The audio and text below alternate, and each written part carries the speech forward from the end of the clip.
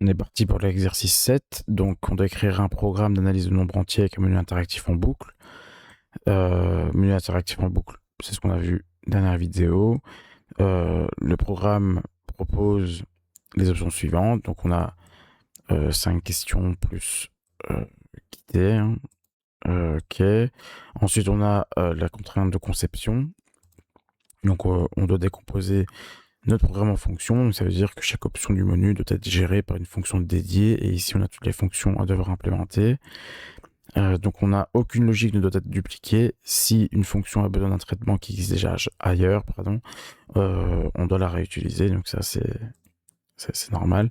Ok, donc le menu doit utiliser un switch et on rappelle ce que c'est un nombre premier. Donc on est parti, donc on va set out le menu. Donc je vais juste le copier-coller, parce que comme ça on gagne un peu de temps. Donc on va noter le corps de la solution d'abord, parce qu'a priori, donc ici, je vais bien faire la distinction entre deux parties. Donc il y a la partie purement algorithmique, où on réfléchit comment on fait pour résoudre le problème. Par exemple ici, comment est-ce qu'on fait pour vérifier si un nombre est premier. Donc ça, c'est la partie algorithmique. Et il y a la partie purement programmation, lorsqu'on va développer ici la solution, donc en C++ par exemple. Donc c'est bien deux choses différentes. Donc ici, on va commencer directement par la partie purement programmation. Donc on a notre menu. Donc on va say out le choix. Voilà, on demande à l'utilisateur son choix, comme d'habitude. Puis à Sein, on va prendre le choix. Ici, c'est comme d'habitude. Du coup, ici, on a le choix.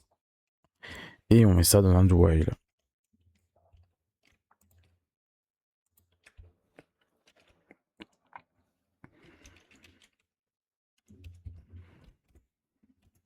Voilà. Et ici, c'est tant que le choix est différent de 6. On fait ça. Ensuite, comme d'habitude, on a le switch case. Donc, on fait notre switch de choix. Quand le choix,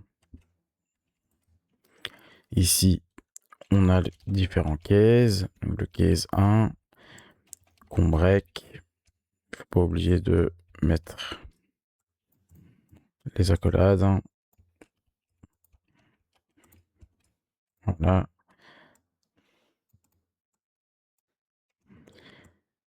Et c'est ce truc-là qu'on va venir dupliquer, etc., etc. Donc, il y en a 5. Donc, 2, le 3, le 4 et le 5. Et du coup, on a le default. Ici, où on sait out, rentrer. Donc, choix invalide plutôt, un truc comme ça. Choix invalide. Voilà. Voilà. Donc ça ici c'est le switch case de base et on sait que ici dans chaque case, il va falloir appeler une fonction. Donc, par exemple ici, il va falloir appeler le est premier avec un n qui va passer en paramètre. Pareil pour le deuxième ici, on va devoir passer donc somme chiffre. Voilà, toujours avec un n en paramètre. Puis ici, ça va être inversé nombre. Je vais les copier directement, c'est plus simple. Tac. Inverser nombre de n. Et ici est palindrome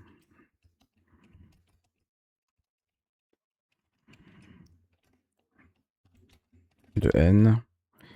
Voilà. Et le dernier, c'est, on va devoir appeler ça ici. Avec le départ et le combien, entre guillemets. Voilà. Donc ça ici, c'est la base. Je vais quand même lancer pour vérifier que tout va bien. Voilà. Voilà, donc ici je mets 1, ça marche. Je mets les deux, ça marche, etc. Si je vais peut-être mettre encore une fois, un petit cout endless. Voilà. Voilà. Donc on a notre truc ici. Et si on met l'option 6, ça quitte. Ici j'ai mis quoi ici? C'est si le choix est différent de 6. J'ai... Ok, ici j'ai oublié l'option 6. Voilà. Voilà. Et du coup, je relance. Donc si je mets 4, 5, ça marche. Si je mets 6, ça quitte. Ça va? Donc ça, c'est la partie purement... donc on va dire programmation. Hein. Donc, juste pour la... j'oublie de mettre les fonctions. Donc ici, on a et premier. Int n. Ça doit retourner un booléen. Donc pour l'instant, je vais juste laisser ça ici. Et on peut faire la même chose avec les autres. Hein. Donc ça, c'est vraiment le corps de la solution, quoi.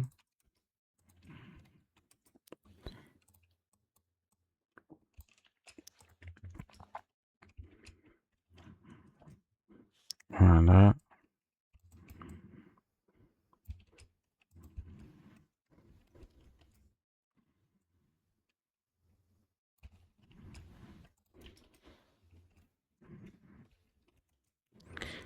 Parfait. Donc ici, on a le corps de la solution. On va mettre les return true juste pour commencer, bien sûr. Et donc ici, ça va être un return d'un entier. Hein. Peu importe. Return 0. Donc voilà. Donc ici, on a vraiment le corps de la solution, quoi. Vous voyez ce que je veux dire? Et le truc, c'est que nous, maintenant, on aimerait bien savoir, ok, l'utilisateur, quand il appuie sur 1, donc il va rentrer dans le truc là, on va devoir lui demander est-ce que son chiffre qu'il a rentré est premier. Donc ici, on a son choix qui est là, le nombre ici. Hein. Je vais mettre là. Donc on va venir cout le nombre, comme ça. Je vais pas mettre de endless, hein, comme ça. L'utilisateur rentre son nombre, donc son n, quoi. Ici, donc c'est un entier, int n égale 0. Et ici, on peut afficher dans un cout, par exemple, son chiffre qu'il a rentré, n, espace est premier ou non, en fait. Donc ça dépend. Hein, ça dépend si oui ou non il est premier. Comme ça est premier est un booléen. Donc je vais mettre un if devant. Donc if est premier de n. On a le cout n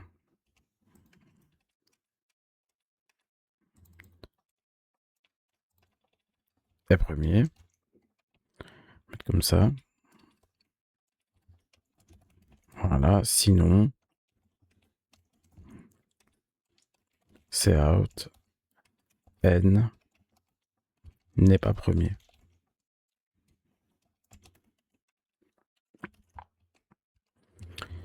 Et ensuite, je break.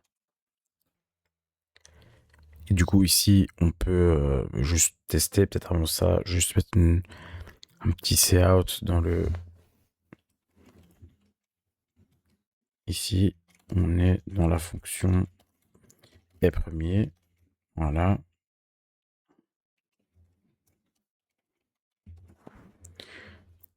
Parfait. Et du coup, je peux relancer. C'est juste pour vous montrer aussi. Voilà, donc je mets le nombre premier 1. Je donne le nombre. Donc par exemple, je sais pas, peu importe lequel. Et bah ici, ça me retourne true. On est dans la fonction est premier, ça return true, et du coup, il me met ici en sortie est premier, est vrai, donc je rentre dans le cout qui est ici, donc le mix 515 est premier. Voilà, donc là, ici, on est dans la partie purement programmation. Maintenant, la partie algorithmique, c'est comment est-ce qu'on fait pour savoir si le nombre n qui passe en paramètre est premier, en fait. Donc, j'espère que vous voyez quand même la différence entre les deux parties. La partie algorithmique, c'est répondre à la question ici parce que c'est un algorithme qu'il faut trouver. Alors que la partie purement programmation, c'est ce que je viens de faire ici, c'est a priori indépendant de la partie algorithmique. Donc là maintenant, on va essayer de trouver l'algorithme sur tableau blanc, quoi. Donc on peut commencer l'algorithme. Donc on sait qu'en entrée de est premier, on a un entier n. Et en sortie, il nous faut... C'est un booléen, soit c'est vrai, soit c'est faux. Et l'idée, c'est l'algorithme, il nous demande, il nous dit comment est-ce qu'on fait pour passer de l'entrée à la sortie. Donc, on a un entier n. L'algorithme, on va dire, un peu naïf, mais qui fonctionne, hein, ça fonctionne très très bien, c'est de se dire, ok, on a n. Par exemple, imaginons, on dit que n c'est 20. Donc un nombre premier, c'est un nombre qui divise par 1 et par lui-même, hein. C'est-à-dire que si je trouve des diviseurs de 20, ça voudrait dire que 20 n'est pas premier. Par exemple ici, 20 c'est 10 fois 2. C'est 4 fois 5. Donc il y a plusieurs diviseurs, et en fait l'idée, c'est de dire, en fait, dès que j'en ai un, je sors entre guillemets, de la boucle, hein, donc voilà. Et du coup, ici, une manière naïve qu'on pourrait avoir pour résoudre ce problème-là, c'est de se dire, ok, le 20 là, je vais tester toutes les valeurs, en fait, de 1, enfin, du coup aussi de 2, parce que le 1, ça ne sert à rien de le tester, donc de 2, 3, 4, 5, 6, 7, comme ça, jusque 19, en fait, jusque n-1, quoi. Donc je regarde, en fait, est-ce que 20 divisé par 2, ça me donne un entier ou pas? Donc je vais faire quoi? Je vais faire 20 modulo 2. Donc ici, je vais faire 20 modulo 2. Est-ce que le reste de la division par 2 vaut 0? Si le reste de la division par 2 vaut 0, parce qu'ici ça fait 10, donc c'est le cas. 20 fois 2, ça fait 10. Donc le reste de la division par 10 vaut 0, donc c'est OK. Vous voyez l'idée, hein? Donc ici, ça fait 10. 2 fois 10, ça fait 20. 3 fois, c'est quelque chose à virgule, donc ça marche pas. Ici. Pour le 4, pareil, donc ça fait 5. Pour le 4, 5, ça fait 4, et puis etc., etc. Donc ici, dès qu'on a trouvé le premier, on sort. Et ça, c'est l'algorithme un peu naïf, quoi. On liste toutes les possibilités et on les teste un par un. Donc ça, c'est l'algorithme naïf, j'ai envie de dire, qui fonctionne très très bien. Donc on peut l'implémenter ici, hein.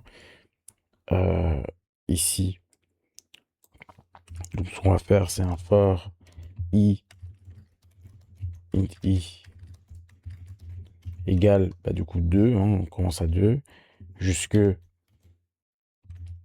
i plus petit que n, donc jusque n-1, quoi. Si vous voulez mettre petit ou égal, comme ça c'est plus assez explicite. Jusque n-1, i plus plus. Je fais quoi? Je regarde en fait i qui est là, modulo, plutôt n modulo i. Si n modulo i vaut 0, donc si j'ai réussi à diviser n par i, et que le résultat soit un entier, là je retourne true. Donc c'est-à-dire que c'est... pardon, je retourne false, c'est-à-dire que ce n'est pas un premier nombre premier, parce que j'ai réussi à trouver des diviseurs, et si je boucle jusqu'au bout, c'est que j'ai pas trouvé de diviseur, et du coup c'est qu'il est premier. Je pense que ça c'est simple. Ici on peut même mettre une condition euh, juste pour s'assurer que en fait, le nombre entier qui est là, bah, il n'est pas, c'est par exemple négatif ou plus petit que 1 ou égal à 0, etc. Donc on peut mettre une petite condition juste au début. Si n est plus petit ou égal à 1, ou même strictement plus petit que 1, enfin, peu importe, plus petit ou égal. Voilà, donc ici je vais return false. Pardon, je return true. C'est est premier, hein. Donc bah, 1 il est premier. Et même, je pourrais même mettre 2 ici. Voilà, ça c'est plus simple. Et du coup, je peux lancer le programme, comme ça la fonction, on va la voir. Je mets ça ici, ça va. Donc, je donne un nom premier. Donc, si je mets 17, il va me dire 17 est premier. Si je mets 18, il va me dire. Donc, il me dit choix invalide. Parce que j'ai mis le choix 18. C'est pas grave, hein. Bon, c'est dimanche. Je vais mettre 18. Et du coup, 18 n'est pas premier. Voilà. Donc, ça, c'est une manière relativement simple de le faire. C'est du brute force. Et bah, ça marche totalement. Ici, je vais vous montrer plusieurs autres manières de le faire. Ça fait des liens avec certains de vos cours de l'année passée, j'imagine. Donc, ici, on a fait du brute force, ça a fonctionné très très bien. Donc, je vais peut-être enlever un peu tout ça, là. Voilà. Mais, par exemple, avec le 20 ou avec d'autres trucs, hein, en fait, la question à se poser, c'est est-ce qu'on est obligé, ici, de tout tester, en fait? Donc, on avait le 20. Est-ce qu'on est obligé d'aller de 2 à... Donc, je vais mettre 3, 4, 5, comme ça. Donc, 16, 17, 18, 19. Est-ce qu'on est obligé de tous les tester, en fait? Donc, prenez le temps de réfléchir un petit peu, pour ceux qui ne l'ont pas encore fait. A priori, en fait, on n'est pas obligé de tout tester, en fait. Une idée, ce serait de se dire quoi? Ce serait de se dire, OK, 20. En réalité, si je divise par 2, donc ça me donne 10. Et tous les chiffres qui sont plus grands que 10, lorsque je vais faire 20 divisé par 10, forcément, le résultat, je fais 20 divisé par 10, ça me fait 2. Mais si je fais 20 divisé par 11, forcément, ça va me donner un nombre à virgule, en fait. Parce que ça fait quelque chose qui est plus grand que la moitié, quoi. Ça va me donner du 1, quelque chose. Vous voyez ce que je veux dire? Donc directement, ici, je sais que c'est pas un nombre entier, et que du coup, je ne peux pas trouver de diviseur plus grand que 10, en fait, pour 20. Vous voyez ce que je veux dire? C'est-à-dire qu'ici, je vais continuer là, je vais aller jusque 10, puis 11, puis voilà, jusque 16, etc. Mais en réalité, après 10, ceux-là, ça ne sert à rien en fait de les tester. Parce que 20 divisé par bah, n'importe quel chiffre qui est là, ça va donner un chiffre qui est plus petit que 1, enfin que 2, pardon, et que du coup, bah, c'est un nombre à virgule, quoi. Et comme ici, un nombre, je rappelle, hein, 20, P, on va dire fois Q, quoi. Donc c'est deux nombres entiers ici. C'est des diviseurs. Donc ici, je ne peux pas, ça sert à rien en fait d'aller plus loin que, que 10, quoi. Que 10 divisé par 2 en fait finalement. Ça va? Du coup, ici, ce qu'on peut faire dans notre truc ici, c'est au lieu d'aller jusque n-1, bah, on peut juste aller jusque n divisé par 2, quoi. Et on coupe par 2 le nombre d'itérations qu'on fait. Vous voyez ce que je veux dire? Donc ici, j'ai relancé. Ça marche pas parce que j'ai pas fermé. Et là, je remets. Donc je mets ici le 1 et je mets 18. Il va me dire que 18 n'est pas premier. C'est logique. Et si je mets encore le 1 et que je mets, je sais pas, par exemple, je sais pas, 333, donc divisé par 3, il va me dire aussi que 333 n'est pas premier. Si je mets un truc un peu plus difficile, entre guillemets, à voir, il me semble que 97, je pense qu'il est premier. Et bah, du coup, il me le dit ici, il est premier. Mais ce qui est intéressant, c'est qu'on a gagné énormément de place. Donc si maintenant je dis le choix, c'est des nombres comme ça, bon là c'est peut-être un peu trop grand quand même encore, voilà. Donc c'est quand même un relativement gros nombre, hein. Je sais pas il y a combien de chiffres là. 1, 2, 3, 4, 5, 6, 7, 8, 9. Donc je vais m'enlever un pour m'assurer, voilà. Donc là ça commence déjà à être des gros nombres. Et je l'ai mis dans le choix en plus. Donc je vais rester 1, puis ici le nombre. Et ici, ça me donne directement que le truc là n'est pas premier, ça termine par un 8, donc il divisé par 2 directement. Donc voilà. Euh, et si on avait mis un super gros chiffre qui n'était pas divisible par là, mais ça aurait en fait pris la moitié du temps de ce qu'on avait fait juste avant. Vous voyez ce que je veux dire, hein. Donc cette notion-là, donc c'est pas à savoir pour le cours, je vous le dis juste, cette notion-là, donc quand on a différents algorithmes ici, donc est premier pour est premier, on avait plusieurs algorithmes. On a trouvé le premier algorithme A, si vous voulez. Donc c'est quand on allait donc de 2 jusque n-1. Et ça, c'est notre premier algorithme. Mais en fait, il y a d'autres algorithmes qui peuvent résoudre ce même problème, en fait. Donc l'algorithme B, qui en fait, en réalité, va de 2 jusqu'à n divisé par 2. Et en fait, ces algorithmes-là, on peut les comparer. Et lorsqu'on fait des comparaisons d'algorithmes, on parle directement de complexité, en fait. On parle de complexité algorithmique.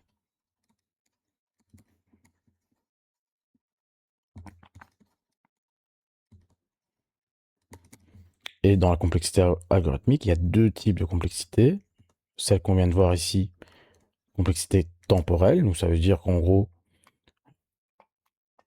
on compte en fait le nombre d'itérations qu'il faut faire, etc. Donc ici, on va gagner la moitié du temps, hein, entre guillemets. Donc ici, ça reste linéaire. Donc ça reste donc ici en n divisé par 2 pour l'algo B qu'on a trouvé. Et il y a la complexité spatiale, c'est combien on stocke. Et avec ces deux trucs-là, donc la complexité temporelle, donc le temps que ça prend pour résoudre, voilà. Donc si vous êtes bien d'accord avec moi que dans le pire cas, je reprends ici, dans le pire cas ici, ça va faire n sur 2 itérations, si on ne trouve pas en fait, donc s'il est premier finalement, s'il est premier, on va faire toute la boucle, et du coup dans le pire cas, on fait n divisé par 2 itérations. Ça c'est la complexité temporelle. Alors que l'autre il faisait n itérations. Donc il en fait 2 fois plus, si vous voulez. Et l'idée, quand on fait des algorithmes comme ça, c'est de trouver en fait des algorithmes avec la complexité, entre guillemets, la plus, on va dire, la meilleure complexité possible, quoi. Vous voyez ce que je veux dire? Qui va le plus vite possible et qui stocke le moins de choses possible.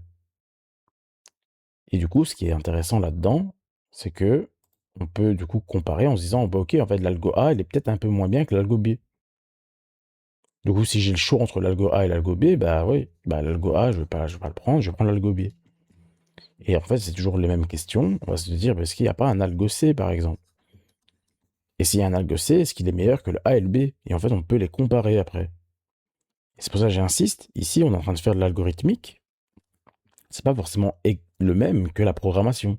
La programmation, c'est bien quand on vient venir implémenter ces algorithmes-là. On peut l'implémenter en C++ comme on le fait ici. Voilà, mais on aurait pu l'implémenter en Python ou dans d'autres langages. En fait, c'est indépendant du langage. Vous voyez ce que je veux dire? Mais du coup, ici, est-ce qu'on ne pourrait pas trouver un autre algorithme qui, en gros, va peut-être encore plus vite que ceux qu'on a trouvés? Donc, ça, le but, hein. Le but, c'est toujours d'aller, bah, on va dire, d'avoir toujours une meilleure complexité.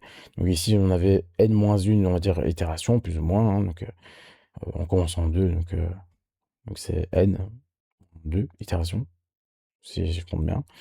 Ici, on a plus ou moins n sur 2 itérations. Donc, si n, ici c'est 20, ben, on aura plus ou moins 10 itérations à faire. Alors que ici, on aura plus ou moins 10, 18. Voilà. Alors que, est-ce qu'il y a peut-être moyen de faire mieux, en fait? Donc c'est ça la question, en fait. Donc la réponse est oui, hein, comme ça je vous le dis direct. C'est un algorithme qui n'est pas forcément si évident à trouver, hein. Donc ça, encore une fois, c'est pas la matière d'examen, c'est juste à titre indicatif. Euh, alors, donc, comment est-ce qu'on fait pour trouver un meilleur algorithme que ça, en fait? Donc, je répète, là, ici, on a réussi de passer du brute force, donc de l'algorithme A, qui se faisait en plus ou moins, on va dire, n itérations. euh, donc, ok.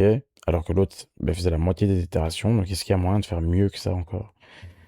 Et du coup, euh, comment est-ce que je peux le mettre? Donc, imaginons, on demande de trouver, est-ce que 36 c'est un nombre premier? Donc, algorithmiquement, ce qu'on fait, comme on a dit, on teste quand même pas mal de valeurs. Et la question, c'est de savoir, au lieu de s'arrêter en n-1, euh, ici, on s'était dit, ok, au final, on peut s'arrêter en la moitié. Donc, est-ce qu'il n'y a pas moyen de s'arrêter avant, en fait, la moitié? Et c'est là que je vais essayer de vous faire comprendre un peu l'intuition derrière ça. Euh, voilà. Donc on doit tester 2, 3, 4, 5, 6, 7, 8, 9, 10, 11, etc. Jusque, bon, je vais peut-être tout noter. Donc 11, 12, 13. Ça va prendre un peu de temps, tant pis. 14, 15, 16, du coup, 17 et 18. Donc ça, c'est en fait ce qu'on vient de dire ici. On vient de dire, ok, bah, je sais pas pourquoi il l'a fait comme ça. C'est pas grave.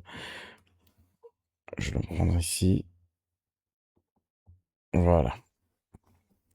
Ça, en fait, donc on a dit, on va de 2 jusque la moitié, donc on s'arrête en 18. Mais le truc, c'est que quand on parle de 36 et qu'on recherche les nombres premiers, donc faut pas oublier que c'est P fois Q avec P et Q qui sont des nombres entiers. Donc je peux pas prendre n'importe quel P, n'importe quel Q. C'est ça que ça veut dire, hein. Il faut que les deux soient des nombres entiers. C'est ça, première chose à dire. Deuxième chose à dire, c'est que donc ça veut dire qu'ils viennent par paire, en fait. Donc si je dis avec le 2, je lui donne 18, puisque 18 fois 2, ça fait 36. En réalité, c'est la même chose que de dire, si là, je lui mets 2 et que je lui mets 18, ben ça sert à rien que je reteste juste après 18 et 2. Vous voyez ce que je veux dire? Donc la question, c'est de se dire, ok, le 2 qui est là, il va avec le 18 qui est ici, mais du coup, le 3 qui est là, il va avec le... Combien? Il vient avec le 12. Puis je pense que c'est tout, donc il y a 6 hein, qui est là. Voilà. Et la question, c'est de savoir, mais comment est-ce que je fais? Parce que là, pour l'instant, je m'arrête en pleine moitié. Mais comment est-ce que je fais pour diminuer encore, sachant ce que je viens de dire là? Donc, je vous laisse réfléchir 2 secondes. Donc, essayez de mettre pause si vous voulez réfléchir à votre aise. Donc, moi, ici, ce que je vais faire, c'est que je vais couper ça en deux. Voilà, ici. Tout ce qui est avant, ici, je vais le mettre là, en vert. Voilà. Et tout ce qui est après, je vais le mettre en rouge.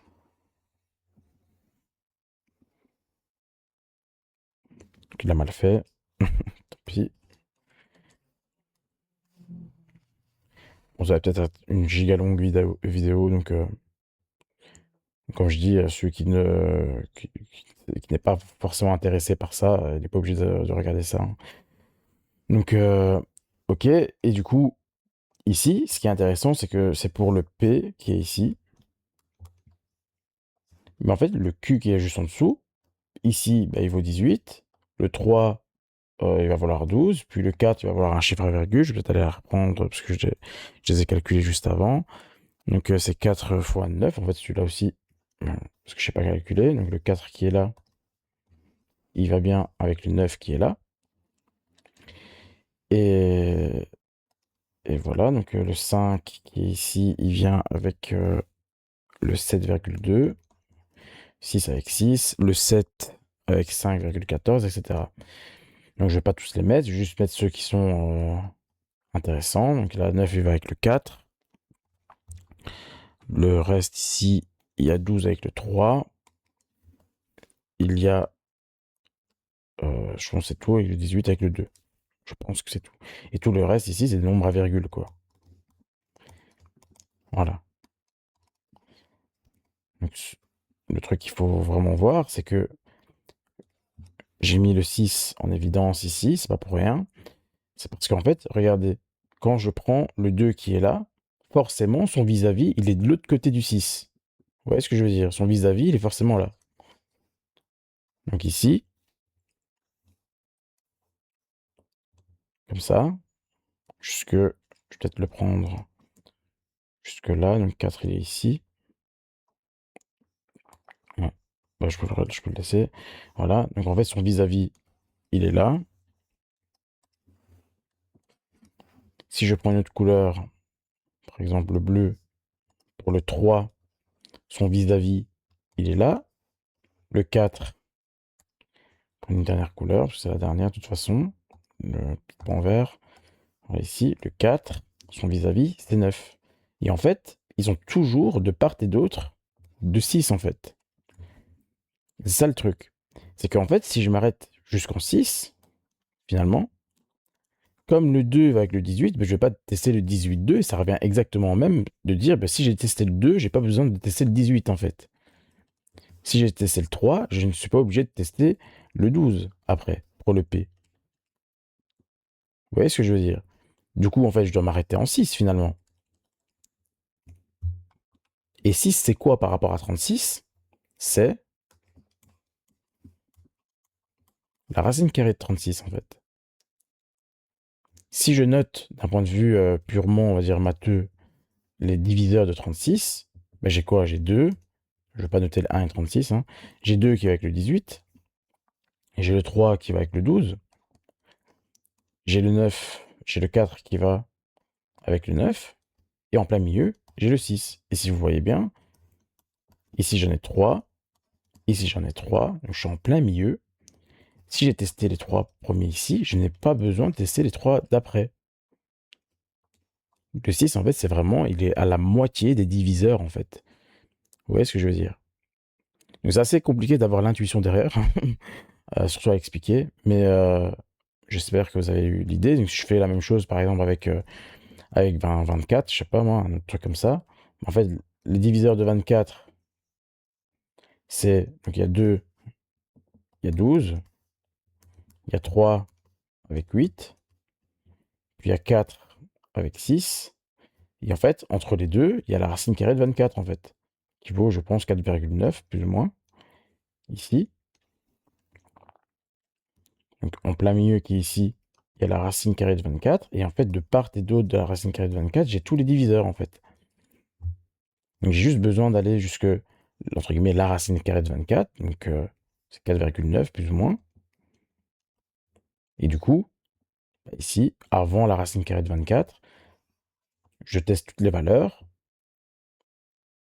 Et j'ai pas besoin d'aller plus loin que la racine carrée de 24. Donc ici, par exemple, le 7 pour le 36, là, le 7, le 8, etc., ça sert à rien de les tester. Parce que forcément, ceux qui sont avant, leurs analogues sont de l'autre côté. Et, euh, et voilà, hein. Je pense que ça explique bien l'intuition avec les couleurs. Donc dites-moi si ça a été... euh, enfin, si l'explication est assez parlante. Mais du coup, ici, hein, ça veut dire qu'on a un troisième algorithme, ici, bah, qui va de 2 jusque, bah, cette fois-ci, la racine carrée de n. Et du coup, on a une meilleure complexité, en fait. Donc on n'est pas obligé en fait d'aller jusqu'à n sur 2, parce qu'il y a encore des cas, entre guillemets, qui ne servent à rien finalement. On peut juste, ici, au lieu de s'arrêter en n divisé par 2, on s'arrête en racine carrée de n en fait. Du coup, c'est une autre condition, hein, donc ça veut dire que le i fois i carré, quoi, doit être plus petit que n. C'est la même chose que de dire i est plus petit que racine carrée de n, quoi. Donc, bah, si ça va, je vais juste vous montrer du coup, hein, que ça donne quand même les bonnes choses. Donc, hein. Si je mets un truc facile, 18, c'est OK. Si je donne, par exemple, justement 17, ils disent que 17 est premier, c'est OK. Mais en fait, le truc qui est bien avec ce qu'on vient de faire, c'est que je peux donner des noms bien plus grands. Voilà, par exemple ça. Et il va le trouver presque instantanément, en fait. Parce qu'il va vraiment tester beaucoup moins de valeurs, quoi. Donc la complexité temporelle est plus petite, et c'est ce qu'on cherche quand on fait des algorithmes. Donc voilà. Quand on vous dit, par exemple, voilà, il est de complexité polynomiale, P égale NP, des trucs comme ça, en fait, on parle de ça. On parle exactement de ce genre de complexité-là, avec des big O, notation, etc. Donc, je ne vais pas rentrer dedans, parce que c'est pas l'objet de mon cours ici. Mais c'est dans les cours d'algorithmique, on en parle énormément, et je pense que c'est intéressant pour ceux qui veulent aller un peu plus loin. Euh, donc voilà. Donc dites-moi hein, si l'algorithme ici vous semble compréhensible pour vous. Si pas, je peux faire une vidéo bah, vraiment sur ce sujet-là si c'est pas assez clair. Donc moi ici, je vais quand même avancer dans la vidéo parce que je pense que là, avec la question 1, elle a pris beaucoup de temps. Euh, du coup, je reprends ici. Voilà, donc on est à la question 2. Int, somme des chiffres, et ça aussi, euh, ça va être un nouvel algorithme. Donc là, je suis en train d'hésiter. Est-ce que je fais pas des petites vidéos à la place? Bon, je sais pas. Je verrai. Bon, c'est pas grave. De toute façon, ce sera une longue vidéo dans tous les cas. On va continuer. Nous, ici, du coup, on va mettre le case. Du coup, je vais juste regarder ce qu'il faut noter. On demande voilà, donc le nombre à mettre, comme d'habitude. Voilà. Donc, on va essayer le nombre. Int de nombre. Et du coup, on affiche donc c'est out la somme des chiffres de nombres. Voilà. Et ça, c'est somme chiffre du nombre qui passe en paramètre.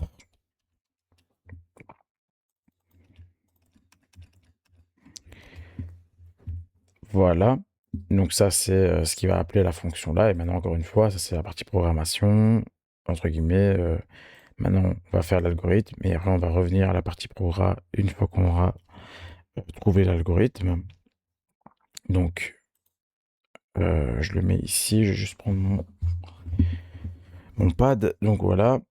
Ici, on a un nombre, disons, enfin n'importe lequel, je sais pas, 937. Et nous, le but, c'est de savoir le décomposer de sorte à ce que 937, ça devienne, après la fonction, 9 plus 3 plus 7. Et la question, c'est de savoir comment est-ce qu'on fait pour les trouver à partir de 937. Donc l'entrée, c'est 937 par exemple ici. Et la sortie, c'est 9 plus 3 plus 7 égale, donc ça fait 9 plus 7, ça fait 16 plus 3, 19. Donc si je compte bien, c'est ça. Et du coup, la question, c'est de savoir comment on fait pour passer de l'un à l'autre. L'algorithme, il est assez simple, entre guillemets, mais c'est bête et méchant, quoi.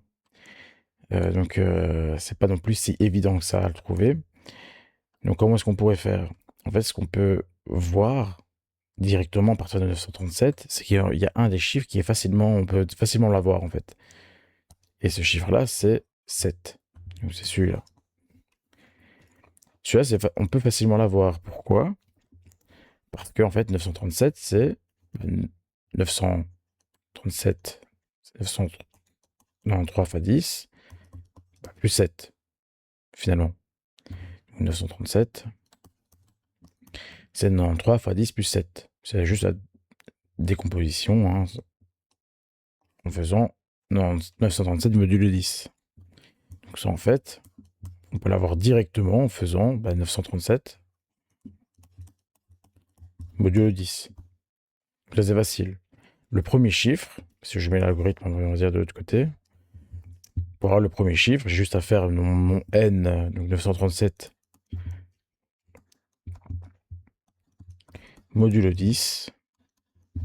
Ça me donne mon 7, donc le premier chiffre que je dois chercher. Maintenant, nous, ce qu'on veut savoir, c'est si on part comme ça, en fait, a priori, on va regarder comme ça.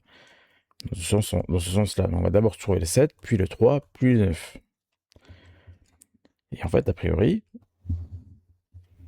ici, on pourrait faire exactement la même chose, mais sur 93, en fait. Si je fais la même chose sur 93, je vais trouver le 3 de la même manière, puis avec le 9, je ferai exactement de la même manière. Vous voyez l'idée. Donc, j'ai 937, j'arrive à trouver le 7 avec la petite méthode que je viens faire là. Maintenant, la question, c'est de se dire, ok, j'aimerais bien le faire sur 93 en fait. Comme ça, j'aurai le 3, ici. Et comment je fais pour passer de 97 à 93 la réponse, elle est juste ici en fait. Donc pour passer de 97 à 93, je fais de 937 à 93, je fais 937 moins 7 divisé par 10 et j'aurai le 93. Vous voyez l'idée, hein? Donc je fais, pour trouver le 93, je fais 937 moins 7, ça va faire 930, je divise par 10, donc en gros j'isole le 93 qui est là, quoi, égale 93. Donc la deuxième partie de l'algorithme, c'est de se dire, ok, j'ai 937 en entrée, j'ai ça que j'ai calculé, mon prochain, entre guillemets, numéro, hein, le prochain nombre à considérer, c'est 937 moins 3 moins 7 divisé par 10 égale 93. C'est ça le prochain chiffre. Je vais le mettre comme ça. Ça, c'est le prochain chiffre à considérer. Et en fait, l'idée, c'est de se dire que ça, c'est exactement la même chose que ce qu'on vient de faire, en fait. Le 93 qui est là, moi, je veux le 3 de 93, je fais 93 égale 9 fois 10 plus 3. Exactement comme je l'avais fait pour le 937. Donc c'est facile, en fait, à avoir le dernier chiffre, on va dire, d'un nombre, en fait. J'ai juste à faire modulo 10, juste à faire 93, que je viens de trouver ici. Je fais 93 modulo 10, j'ai mon 3. Et c'est ma deuxième valeur que j'ai. J'aurais juste à les sommer, quoi. Ça, je fais plus, quoi. Du coup, ici, j'ai fait la même chose. J'ai fait 9, 93, c'est égal à 9 fois 10 plus 3. Et du coup, moi, j'ai fini avec le 3 là, je veux trouver le 9, je fais la même chose. Comment est-ce que je fais pour passer de 93 à 9? En fait, c'est ce terme-là. Et du coup, je fais 93 moins 3 divisé par 10. 93 moins 3 divisé par 10. 93 moins 3, ça fait 90 divisé par 10, 9. Donc, vous voyez l'idée. Donc ici, je note. Troisième étape. 93 moins le 3 qui est là. Donc ici, je vais mettre ici un. Ça, c'est celui-là là. Et celui-là, c'est celui-là ici. Donc ici, on a là. Donc vous voyez que ça boucle. Hein. C'est une boucle finalement. Divisé par 10. Ça me donne 9.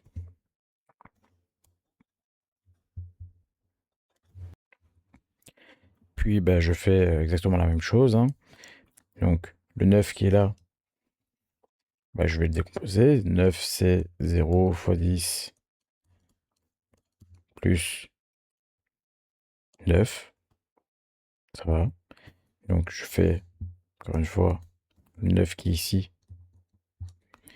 Je fais 9 modulo 10. Ça me donne 9. Je l'encadre. Et je viens faire le plus. Ça va? Donc je vais faire encore une fois la dernière étape. Donc j'arrive ici, je fais 9 moins 9 sur 10. Ça me donne 0. Et du coup, je sais que j'ai fini mon algorithme. Je suis arrivé à 0. Donc maintenant, ce qu'il faut essayer de faire, c'est de savoir comment est-ce que ça boucle, quoi. C'est ça le truc un peu compliqué. Donc je vous laisse 2 secondes pour pouvoir essayer de le faire, de réfléchir à comment, en gros, est-ce qu'on pourrait mettre ça sous la forme d'un point de vue de programmation, quoi. Ok, donc qu'est-ce qui boucle ici? On voit que on doit d'abord calculer le modulo. On a 937. D'abord, on calcule le modulo 10. Puis, une fois qu'on a calculé le modulo 10, on met à jour la somme avec... parce qu'ici, à la base, la somme de départ, c'est 0. La somme de départ, c'est 0. Puis, je vais mettre à jour la somme en disant, OK, dès que j'ai fait le modulo 10, j'ai le 7, donc je fais 0 plus 7. Ça va. Donc, je fais d'abord le modulo 10. Puis, j'ajoute à somme. Je fais somme. Je vais mettre un peu sur le côté. Égale l'ancienne somme, pardon, plus le 937 modulo 10. Ça va. Donc, le 7 qui est là, qui vient de ce calcul-là. D'abord, je fais modulo 10. Une fois que j'ai fait modulo 10, je vais mettre à jour le n de départ. Avant, c'était 937. Maintenant, le 937, il devient 93 en fait. Vous voyez ce que je veux dire? Donc, comment est-ce que je fais pour passer de 937 à 93? Je fais le 937 moins. Donc, je vais mettre comme ça, 93 égale 937 moins ce que j'ai trouvé ici, le reste, moins 7 sur 10. Et du coup, en fait, c'est ça qui boucle, hein. Donc finalement, il n'y a que 2 lignes dans la boucle, hein. Donc je pense qu'on est parti, hein. Ça ne sert à rien d'expliquer plus que ça. Je pense que ça, c'est clair maintenant. Donc, je reprends ici, voilà. Donc voilà, on va initialiser notre somme, hein, ce qu'on disait au début. On initialise notre somme, notre n qui passe en paramètre, c'est notre 937, entre guillemets, hein. Donc, ici, on sait qu'on va devoir faire quoi? On va calculer d'abord le reste. On va appeler reste comme ça, hein. C'est n modulo 10. Ça va. Ensuite, je peux mettre à jour la somme directement. Donc c'est plus égal le reste. Une fois qu'on a mis à jour la somme, on peut mettre à jour le n qui est passé en paramètre. Avant c'était 937, maintenant c'est 93. Donc c'est n égale, c'est l'ancien n. J'ai enlevé le reste. Donc c'était 937 moins 7 divisé par 10. Et d'ailleurs, on peut en réalité faire directement n divisé par 10. On n'est pas obligé de faire moins le reste parce que un entier divisé par un autre entier, ça va nous donner un entier et qui a été tronqué en fait. On n'est même pas obligé de faire moins le reste, mais ça reste quand même assez... Enfin, c'est plus intuitif quoi. Ça va. Et c'est ça ici en fait qui va boucler finalement. Vous voyez ce que je veux dire? Et il va boucler jusque quand? À partir du moment où n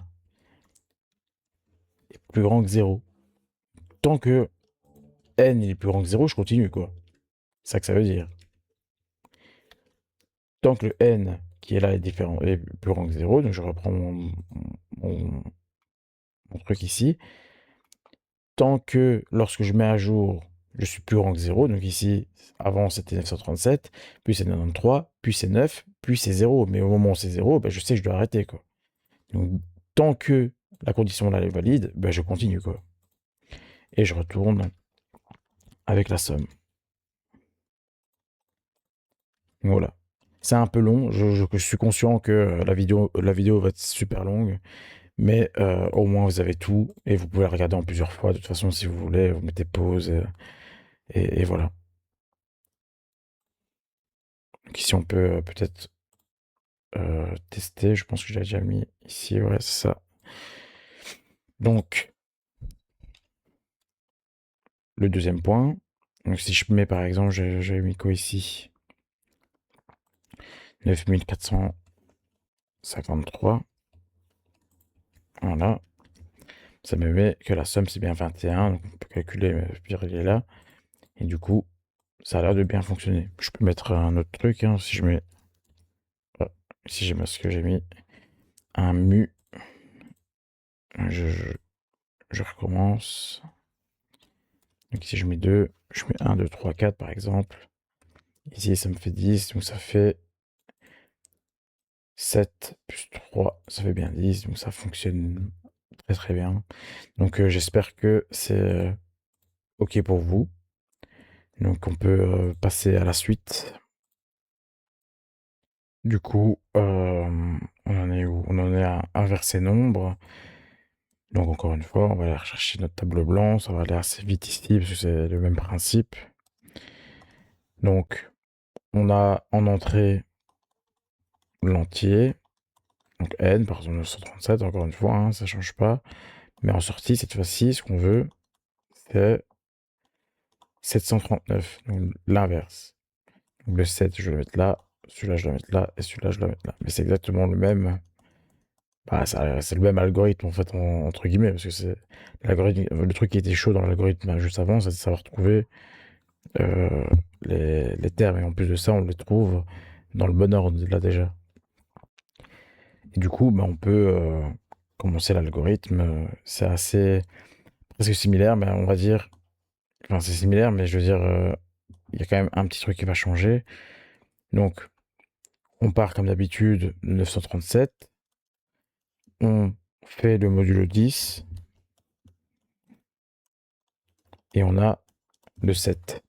Et en fait, la question à se poser là, c'est une fois que j'ai ce 7-là, comment est-ce qu'on fait pour reformer le 739, pardon, à partir de 937. Donc c'est là toute la question, et c'est là tout l'objet de, de l'algorithme. En fait, on va venir décomposer les choses. On va commencer par un résultat qui vaut 0, qu'on va mettre à jour à chaque fois. Au départ, ben, il vaut 0, et c'est ce résultat-là que je vais mettre à jour à chaque fois. Donc le résultat au début, il vaut 0. Puis une fois que j'ai la première information, mais je peux faire que c'est le résultat que j'ai, c'est l'ancien résultat qui vaut 0 ici, fois 10 plus 7. Donc ça me donne 7, tout simplement. Donc ça veut dire que c'est le premier chiffre ici. Donc vous allez voir comment ça va se calibrer tout seul, hein. Ensuite, on va faire exactement la même chose, sauf que au lieu de prendre 937, on va prendre le 93. Et comment on fait pour passer de 937 à 93? Ben, on faisait 937 moins le 7 qui était là-bas divisé par 10. Donc ça me donne mon 93. Et c'est à partir de ce 93 là que je vais faire encore une fois modulo 10. Comme ici, quoi. Donc ça va me donner 3. Ça va.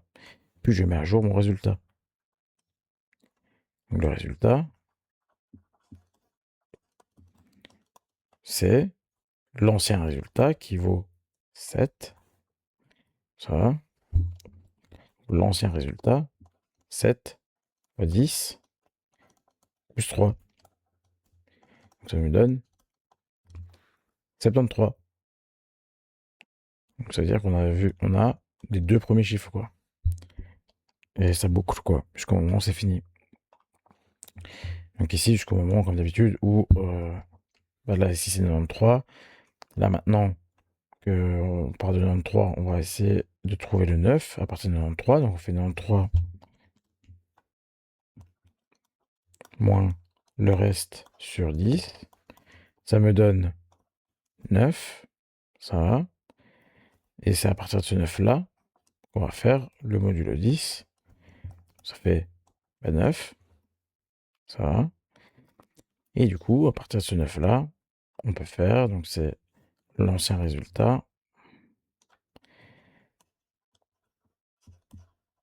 Pour avoir le nouveau résultat, je fais l'ancien résultat, 733 pardon, fois 10, plus le 9 qui est ici.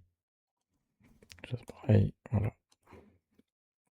Donc ça me fait 739. Je continue, ici. Je remarque que le 9 qui est ici, bah, si je le fais modulo 10, ici, si je fais 9 moins 9 sur 10, bah, ça me donne 0, donc j'arrête. Je stoppe. C'est toujours la même chose. Peut-être que là, c'est un peu... Je dézoome un peu pour que vous voyez tout en même temps. C'est l'algorithme qui est assez simple du coup maintenant. Donc je peux peut-être vous le mettre sous la forme d'un tableau. C'est peut-être plus intéressant en vrai. Donc dites-moi hein, si c'est OK ou pas pour vous. Donc je fais un petit aparté. Exactement la même chose. On a l'étape. Par exemple ici, on a n. Du coup ici, une fois qu'on a n, on aura n modulo 10. Ça, c'est pour avoir le chiffre. Ensuite, on aura sur le côté, c'est une autre manière de voir l'algorithme sous la forme d'un tableau. On a le résultat qu'on met à jour, ça va. C'est le résultat, c'est égal à résultat fois 10 plus le chiffre qui est ici.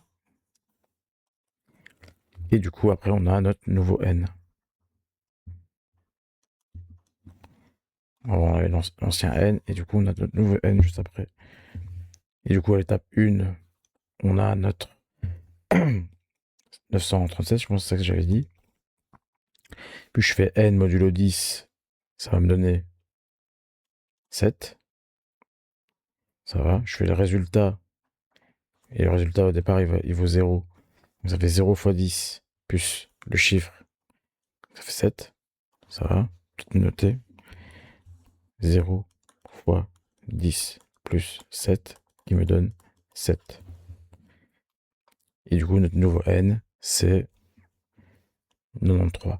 Et ça, vous savez comment, quoi. C'est n moins reste divisé par 10 ou directement n divisé par 10. Ça fonctionne très très bien. En faisant n divisé par 10. Voilà. Donc ça, c'est l'algorithme. Hein. Et on commence, on finit, l'étape 2.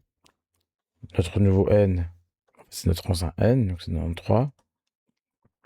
Ça va. Je fais 93, modulo 10, ça fait 3.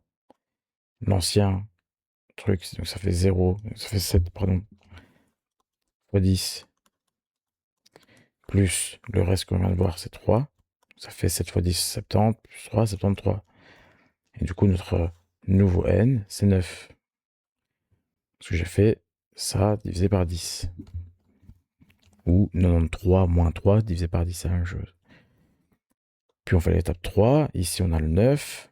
9 modulo 10, ça fait 9. Puis ici, le résultat, ça fait l'ancien résultat.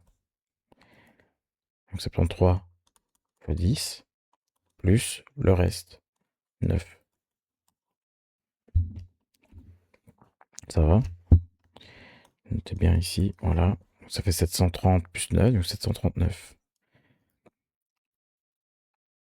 Voilà. Et du coup, ici, on aura le n, qui est l'ancien n du modulo 10, divisé par 10, pardon. Ici, ça nous donne 0. Et du coup, j'arrête ici. Et ici, on a notre résultat. Et on sort avec ce résultat-là. Tout simplement. Je sais pas si c'est dur ou pas. Enfin, pour vous, vous me dites quoi? De toute façon, ici, on va le programmer du coup. Voilà. Donc, c'est très très similaire. Du coup, on va reprendre ici int, mon clavier int résultat égale 0. Ensuite, on va boucler.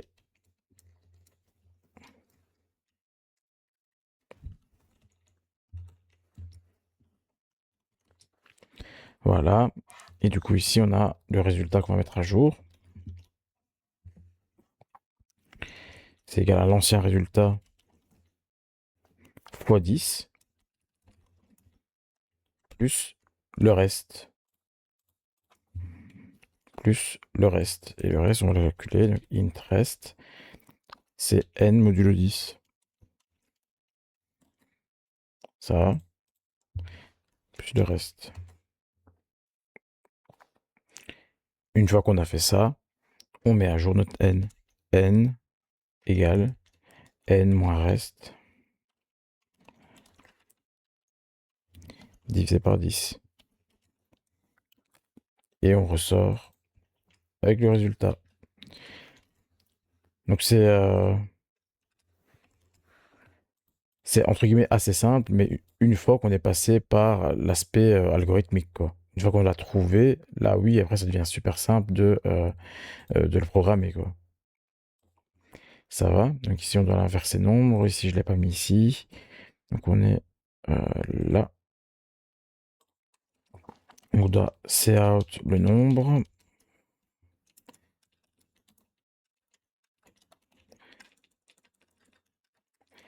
On in dans le nombre ici, ou n, hein, parce que j'ai mis n, c'est pareil. Int n ici. Et du coup,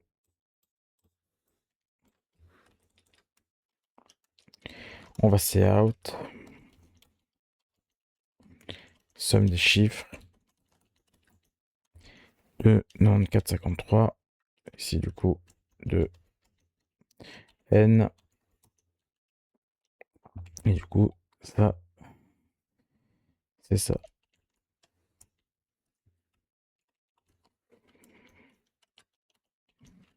Voilà. Ouais, j'ai mal lu. J'ai lu ici alors que c'est ici, donc c'est inverse 2. Bon, la fatigue commence à se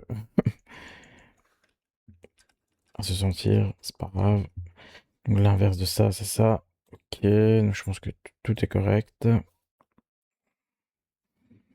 J'ai lancé, on va tester. On est au point 3.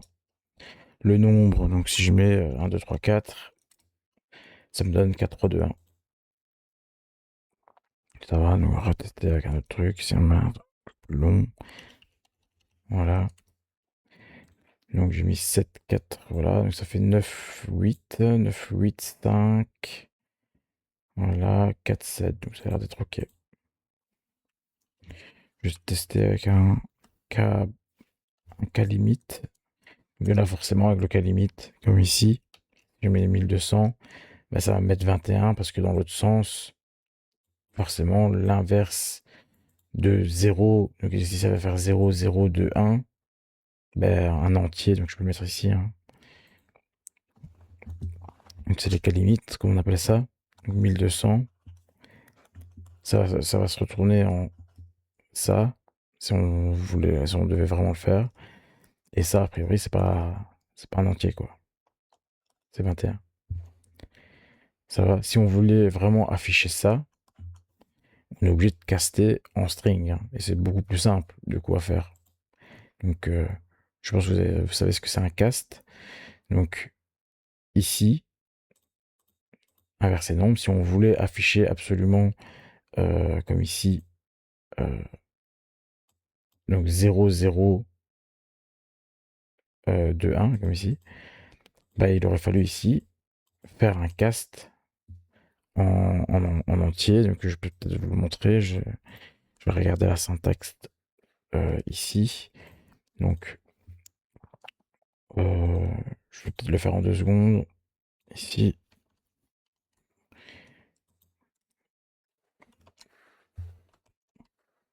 Voilà. Donc en gros, je caste le nombre à mettre. Hein.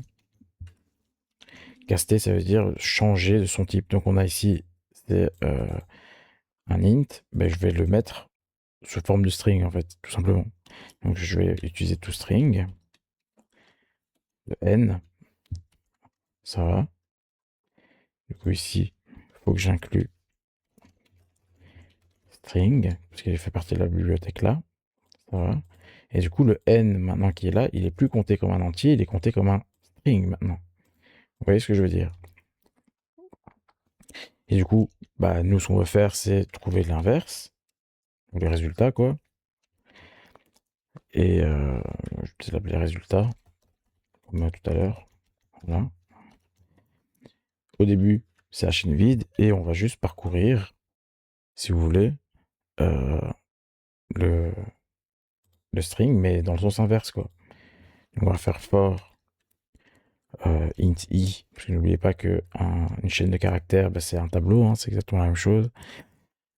Sauf qu'ici, on va commencer à la fin, donc nombre, point, la taille, ça va. Moins 1, forcément, parce que sinon, on sort de la chaîne de caractères. Donc si il y a le tableau de 5, n'oubliez pas que le maximum, c'est 4 hein, pour l'indice. Ici, je continue tant que mon indice il est plus grand que 0. Une fois que j'arrive à 0, j'arrête. Et au lieu d'incrémenter, je décrémente cette fois-ci. Et du coup, j'aurai l'inverse, entre guillemets, donc le résultat qui vaut, que je le mets à jour, quoi, plus égal. Résultat, donc nombre, donc c'est le n, donc c'est le nombre ici de i. Je sais pas si c'est OK pour vous. Voilà, et après, ici, il faut faire attention que le résultat qui est ici doit retourner un entier. Ça va. Et du coup, donc ici, peut-être mettre. Je vais mettre inverse en str. Ça va. Et je vais sortir avec mon résultat. Mon résultat. Je vais du coup reconvertir ça en entier. Mais si je le reconvertis en entier ici, bah, je vais perdre, entre guillemets, euh, comment dire, je vais perdre en fait les 0,0 parce que je vais reconvertir. Donc il faudrait ici plutôt que je change le string qui est ici et que je retourne le inverse str directement. Je vais un peu vite, mais je pense que tout le monde me suit. Ici, il y a une impossibilité. Donc là, je relance le 3. Je vais inverser le chiffre. Donc si je mets 1, 2, 3, 4, comme tout à l'heure, ça me fait 4, 3, 2, 1, c'est OK. Par contre, si je mets le cap border, par exemple 1200, là, ça me met bien 0, 0, 2, 1. Voilà.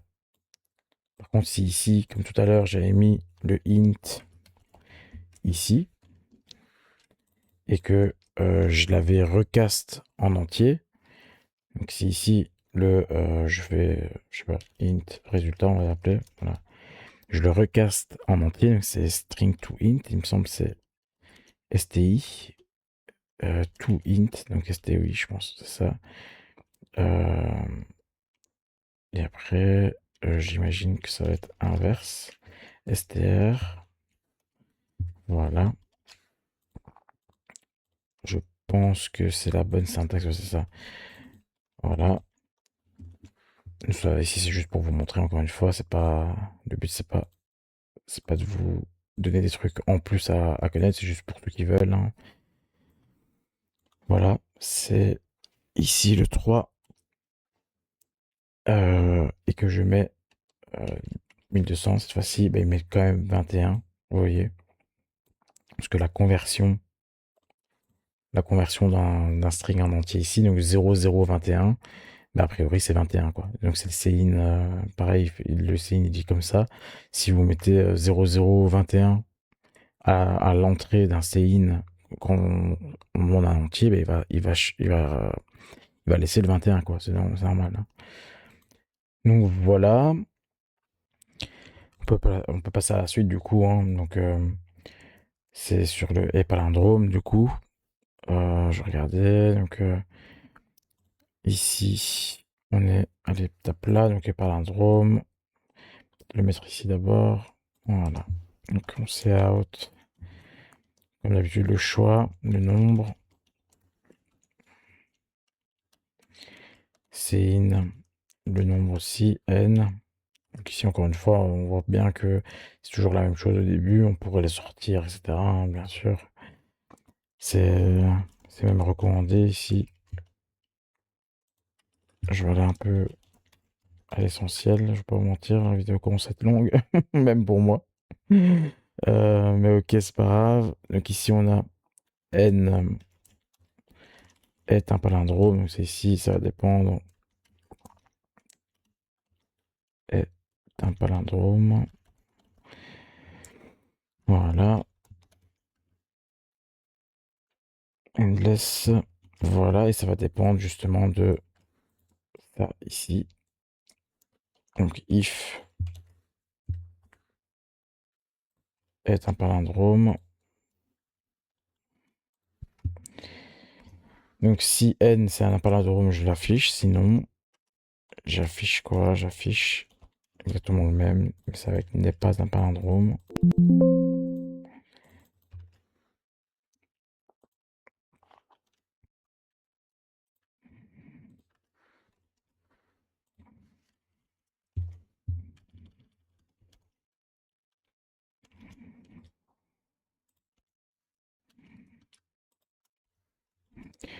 Voilà. Et du coup, euh, pour aller directement à la définition d'ailleurs, c'est CTRL-clic pour ceux qui sont arrivés jusqu'ici.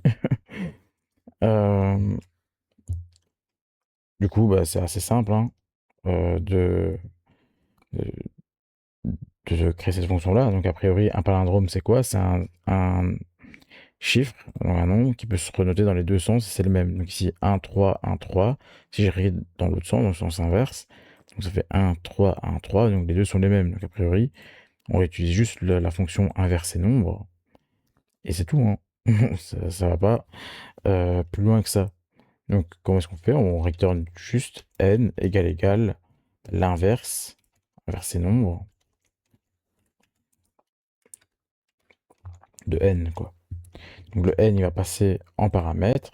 On calcule ici, ça je peux enlever. On calcule ici inverser nombre. On la compare au n qui est arrivé. Si les deux sont les mêmes, donc ça renvoie true. Si les deux sont différents, ben ça renvoie false, tout simplement. Donc c'est direct. On teste, comme d'habitude. Ok, on est où? Il est là. C'est le point 4. Donc, si je mets un chiffre qui n'est pas un palindrome, il va me dire. C'est le choix, pardon. Donc, je mets le 4. J'ai mis choix 4 et il m'a mis encore choix. C'est bizarre. Je vais venir ici. Donc, le choix ici. 4. J'arrive là. Le nombre. Ok. Je vais refaire. Non, censé être ok. Donc, le choix 4. Le nombre. Ok. Je mets le truc là. Et il me dit ça, c'est pas un palindrome. Ok, ce qui est juste, hein. Et là, il y a un 9. Puis il y a un 1, c'est pas possible. Puis je recommence, le 4. Et là, je mets 1, 3, 3, 1. Et là, il me dit que ça, c'est un palindrome. Ça va, on peut s'amuser avec d'autres chiffres, hein. 2, 1, 2, 1. Là, si ça va pas être ok. Ok. Je peux mettre un autre. Je sais pas. 9, 1, 1, 9. Et là, il me dit que c'est bien un palindrome. Voilà.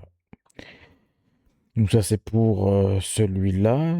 Il reste quoi à faire? Les premiers suivants. Donc, pour le coup, ça aussi, c'est assez simple. Je vais le faire directement ici. Donc, on a ici donc l'entier de départ, donc c'est départ, hein, et combien c'est le nombre premier qui suit départ en fait. Donc on peut avoir notre compteur, on sait qu'on va devoir en compter. Là, je sais pas, on peut l'appeler trouver, peu importe. Avec un voilà, trouver égale 0. Donc ça c'est le nombre premier que j'ai trouvé après départ. Le départ, j'en avais pas trouvé, donc il est à 0. Puis, on va avoir notre entier. C'est à partir de quand qu'on commence? C'est à partir du départ plus 1. Le départ, je le prends pas en compte, hein. Puis, je vais devoir boucler donc à partir de départ plus 1, jusqu'au moment où j'ai trouvé combien de trouver. Si vous voyez ce que je veux dire. Donc, oui, on ne sait pas combien exactement on va devoir parcourir de nombres, hein, on ne sait pas. Quand on ne sait pas, on fait un while. La condition, elle est sur le trouver. Dès que trouver, il est plus petit, donc il est plus grand que combien, enfin, il est même égal à combien, ben là, je sortirai de la boucle. Donc, tant que je n'ai pas trouvé au moins combien euh, nombre premier, bah, du coup, je continue. Et du coup, bah, il faut que je trouve ici, donc si chaque n que j'ai posé ici est premier. Donc, si le n que j'ai ici, il est premier, bah, je vais augmenter le trouver ici. Donc le compteur, je le mets quoi. Je l'incrémente. Et ici, je peux carrément l'afficher. Donc je peux l'afficher directement avec n ici, avec un espace. Ça a l'air d'être bien fait comme ça. Et bien sûr, une fois que j'ai fait ça, il ne faut pas oublier de mettre à jour le n, notre nouveau nombre. Donc imaginons ici, je mets 10. Donc je commence à partir de 11. Le trouver, il vaut 0. Imaginons que je veux les 5 prochains nombres premiers à partir de 10. Donc à partir de 11 du coup ici, hein. Donc je regarde si 11 est premier. Donc n, je vais peut-être mettre un exemple ici. N, il va valoir 11 avec départ vaut 10 par exemple, hein. Donc voilà. Ici, le n vaut 11. Je regarde si 11 est le premier. Oui, il est premier. Donc je rentre dans la boucle. J'affiche le 11. Donc c'est-à-dire que je n'ai trouvé un. Donc je mets à jour le compteur. Je sors. Et du coup ici, je vais m'intéresser à 12 du coup. Ici avant c'était 11. Maintenant je m'intéresse à 12. Et puis je continue. Jusqu'au moment où j'ai trouvé combien. Donc si ici le trouver et que j'en mets 5 et j'en ai trouvé 5, bah à la prochaine itération je stoppe. Ça va? Et du coup ici, je n'ai qu'à afficher, donc comme c'est demandé ici, c'est demandé comment. Donc ici, donc on say out, donc le choix, donc c'est fait. Donc ensuite le départ. Donc je say in le départ. Puis je say out, pardon, le combien.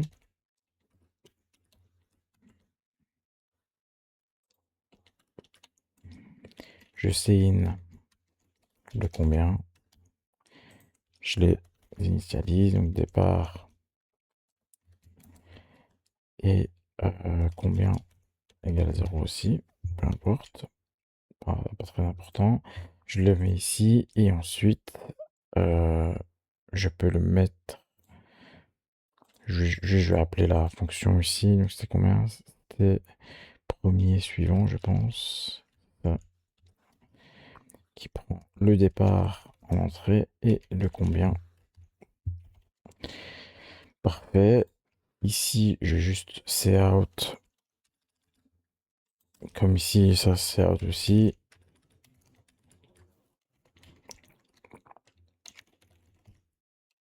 Donc les premiers après. Tac. Parfait. Parfait, parfait. Donc ici, je vais lancer. Et par exemple, le départ c'est 10 et 5. Donc je vais mettre ici. C'est pour le 5. Le départ, c'est 10. Le combien, c'est 5. Et on voit qu'on a bien donc 11, 13, 17, 19, 23. Donc voilà. Donc c'est assez simple. On réutilise en fait en réalité ce qu'on a fait juste avant. Donc réutilisation du code, hein, c'est super important. Donc ici, je vous laisserai factoriser ces choses-là, comme on l'a fait dans la dernière vidéo. Ça va. Ici, il y a le case 6. Et le case 6, c'est pour quitter. Donc ici, on va juste mettre un cout. Voilà. Euh, voilà.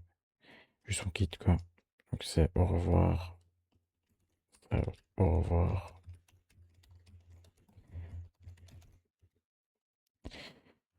Voilà. Et le choix est 6. Il va sortir.